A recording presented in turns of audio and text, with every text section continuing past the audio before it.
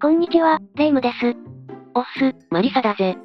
さて、大好評の新型バイク紹介動画ですが、今回の車種は？今回取り上げるホンダの新型車は、2年ぶりにモデルチェンジした軽二輪スクーター、フォルツァを紹介するぜ。ホンダの国内ラインナップでは、一番大きなサイズの正統派スクーターですね。仕様の変更点とライバル比較、フォルツァの歴史も合わせてお話しするぜ。では、スタイリッシュな軽二輪シティコミューター。フォルツァが気になる方、興味だけはあるという方、ただなんとなく見ている方にお届けします。では、ゆっくりしていってね。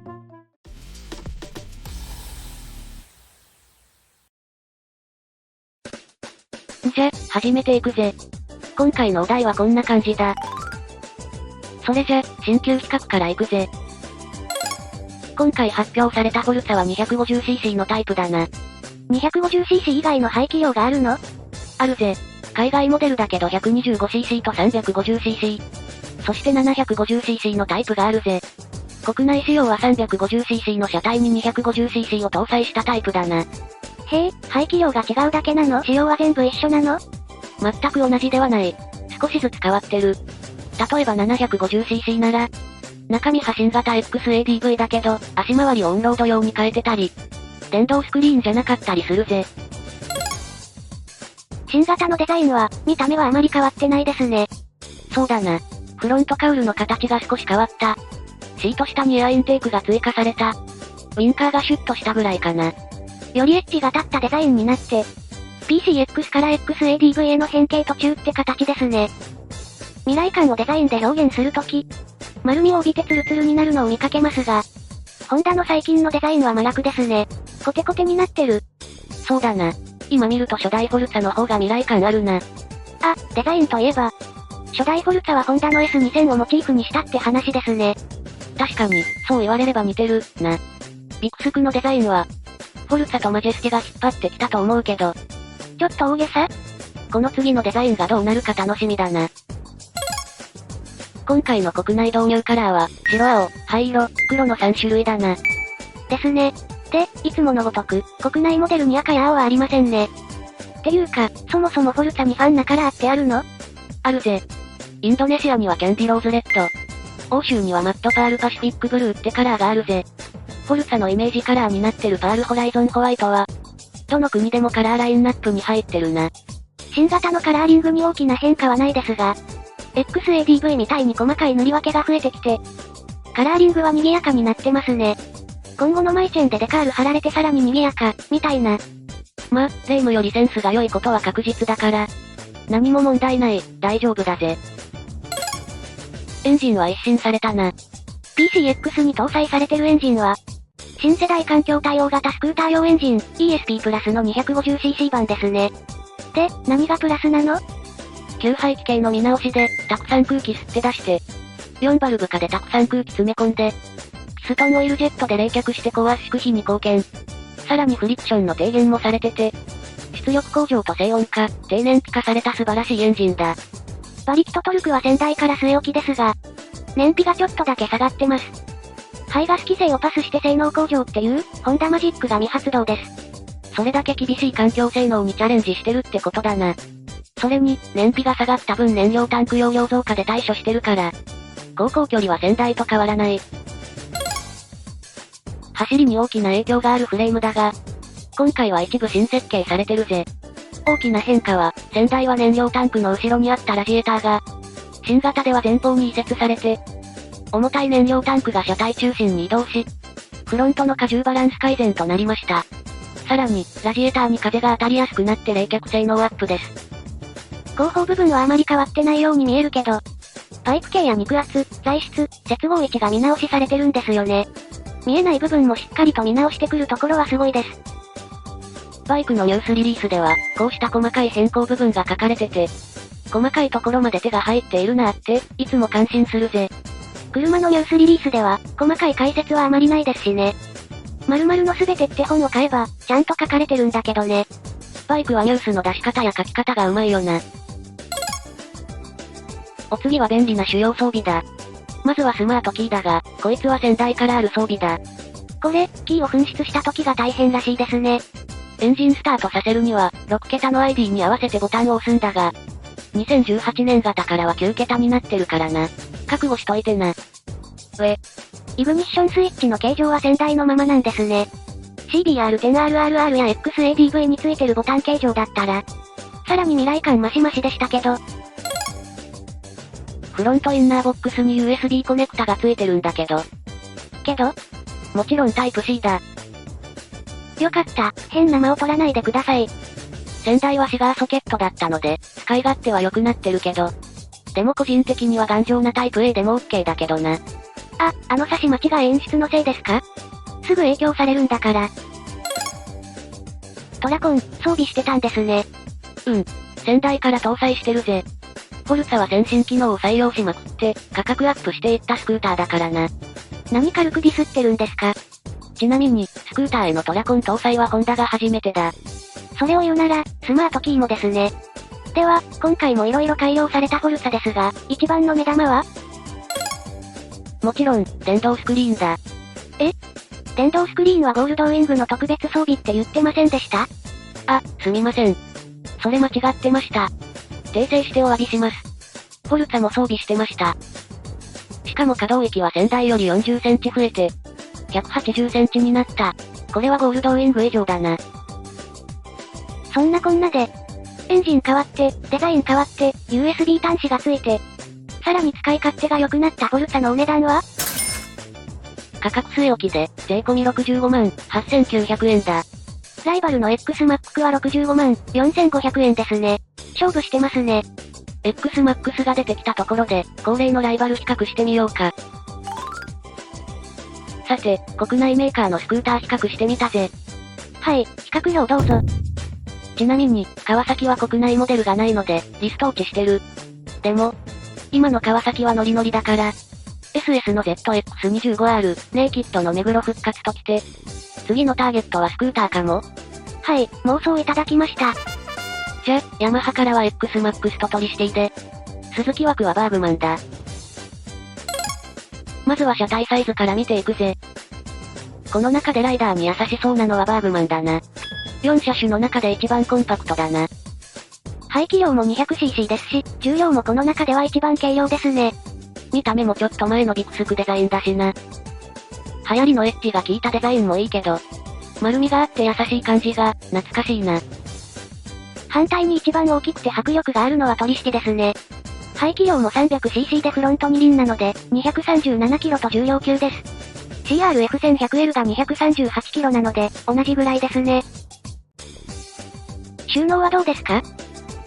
全車種シート下の収納は、ヘルメットが2個入る仕様だ。ずば抜けてすごいって車種はないな。バーグマンのヘルメット2個収納は、結構なパズルになってますよ。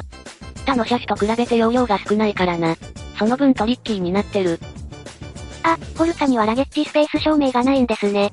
新型の紹介でも説明がなかったし、ないままみたいだぜ。それは残念です。お次はエンジン性能関連だ。排気量トップは、トリシティの292ですね。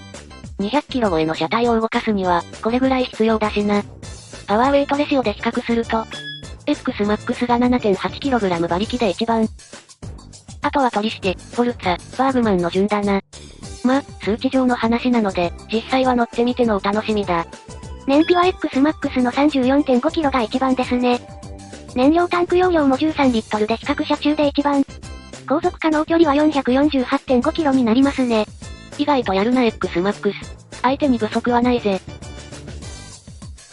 さて、価格だが、排気量が少ないバーグマンが一番リーズナブルだな。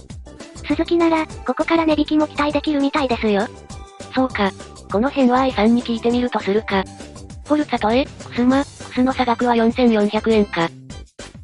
ライバルがいると、お互いが競い合ってくれて、性能向上するし、価格上昇も抑えられるからな。買う側としては嬉しいですね。違いといえばさっきのシート下収納の LED と、電源ソケットの種類ぐらいだ。さっきからフォルツァのライバルは XMAX だって話してるけど。どんな経緯でライバル同士になったの？そうか。じゃホンダさんとヤマハさんの話を。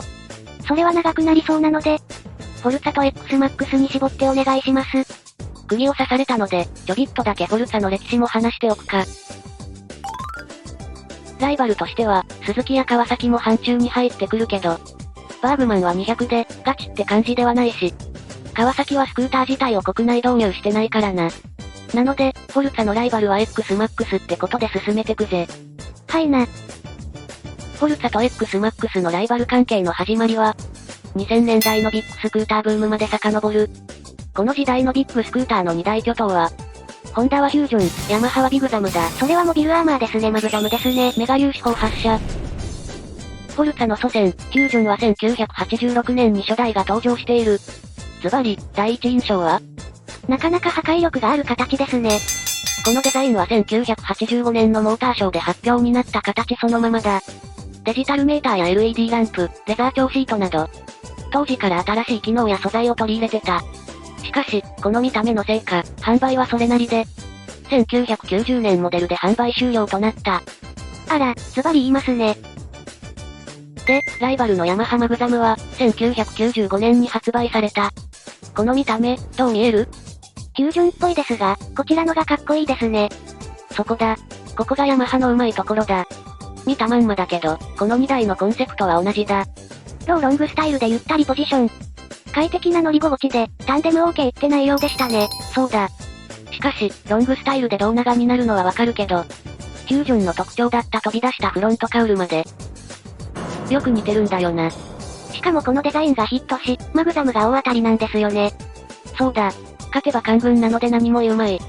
このままマグザムの一人勝ちかと思いきや、ちゃんと見てる人がいるんだな。これが、よく見たら、ホンダのフュージョンもオシャンテじゃない？ってことになり、生産終了してたフュージョンが注目され始めたんだ。でも新車はないから、中古市場が大賑わい。ここに商機を見つけたホンダは、2003年にフュージョンを復活させた。結局、お互いにパクり合ってるってことですよね。言葉をもう少し選んでほしいが、そんなところだ。ホンダのフュージョンを参考にしたヤマハのマグザム。マグザムの好調に乗っかってフュージョン復活。